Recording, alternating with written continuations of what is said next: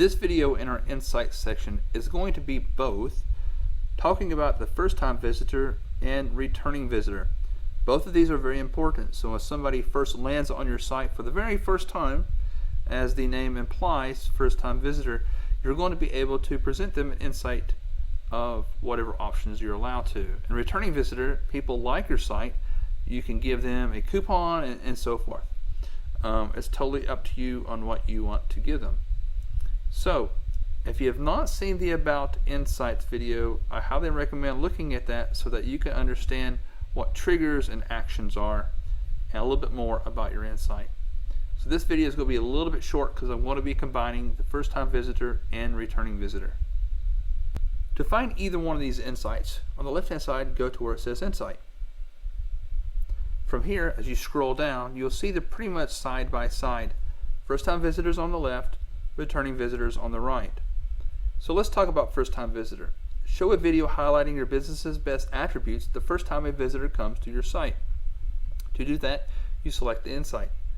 A returning visitor. For visitors who have been to your site more than once, display a special message or feature, and you can select that insight. Let's jump in to see what options we have for first-time visitor. Here, if the visitor comes to the site for the first time, I can display a video. Here, if they come to the first time, display a contact form, and here you can also display an online scheduler. Let's go back to the insights, and let's go to returning visitor. For returning visitor, if the visitor comes to the site 3 times, you can display a follow us on Facebook, a contact form, or an online scheduler. Once again, if you've not seen the About Insights, please check out that video to understand what triggers and actions are about. I want to pretend that I want to pick one of these. They're all very similar, as if you look at your triggers, you can go by device, location, time, visits, and even your campaign URL. So for instance, if here I'm in visits and I want to change my visits to maybe say 6 instead of 3, I can do that. Or maybe I want it just a first time coming to site. These are your triggers. The next one was devices. You could pick all devices, or you could single each device out. Simply just clicking on different items. Here you're giving different pages that you could put these different insights on, and you have different displays as well. After next, you're going to go to your editor. You're going to be able to modify your insight. And here I want to move it wherever I want it to be. And I'm going to pretend that I want it at the very top.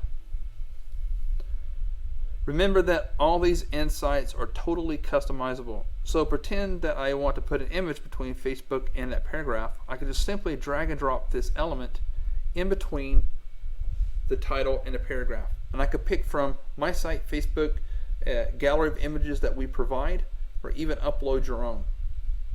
The list goes on and on and on. If you need to know more about working with elements, please check out our element videos. Once you're done, simply click on Done. Name the the insight what you would like it to be. Do you want it to display once per visitor? Click the box if you want that to happen.